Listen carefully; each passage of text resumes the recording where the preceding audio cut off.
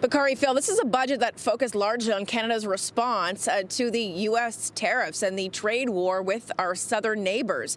Certainly, Finance Minister Francois-Philippe is standing up in the House talking about the threat to Canada's sovereignty, the fact that the situation is unlike anything we've ever experienced before, and that our relationship jobs that were previously safe and predictable, well, that's no longer the case. And that's why this budget, as he put it, by Canadians, for Canadians, it's called Canada Strong, and it outlines how the government intends to steer the country through this tumultuous period of time and looking to expand trade partners across the world. So you mentioned the ballooning deficit. Let's dig into some of the other numbers that are included in this deficit. So we now know Ottawa is promising generational investments in key projects. What does that look like? $25 billion for housing. The federal government saying it's going to supercharge home building across the country. Also, almost $82 billion in defense spending. $73 billion of that is a new announcement. We already know that included $9 billion that Carney announced back in June when he committed to reaching NATO's target of 2% of GDP spending this year.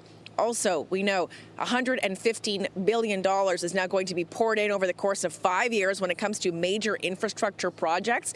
And that includes projects from coast to coast to coast, many of which various premiers from across the country have asked the federal government for. And finally, $110 billion to drive productivity and competitiveness. That includes support for emerging technologies like AI, for example, electric vehicles, quantum, and along with more research happening as well across the country. And so here's a bit of what we heard from Federal Finance Minister Francois-Philippe. The speed, scale, and scope of what's happening in the world is quite unprecedented. So how do you pivot in this new world in order to prosper? And I think Canada's making the right pivot, and that's why we were singled out in these meetings to say, you may have even seen, I think the French finance minister, Roland Lescure, said, you know, they're going to look at what Canada is doing because people see that Canada gets it. And that's why I'm confident in Canada. And that's why I hope that people who are watching at home and listening, we're going to be okay.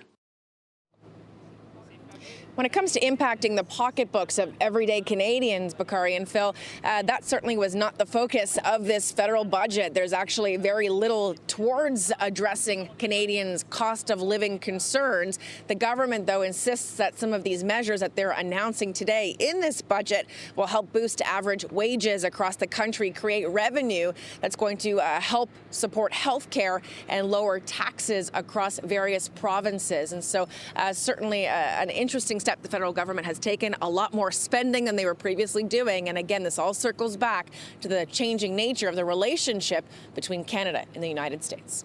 Back to you.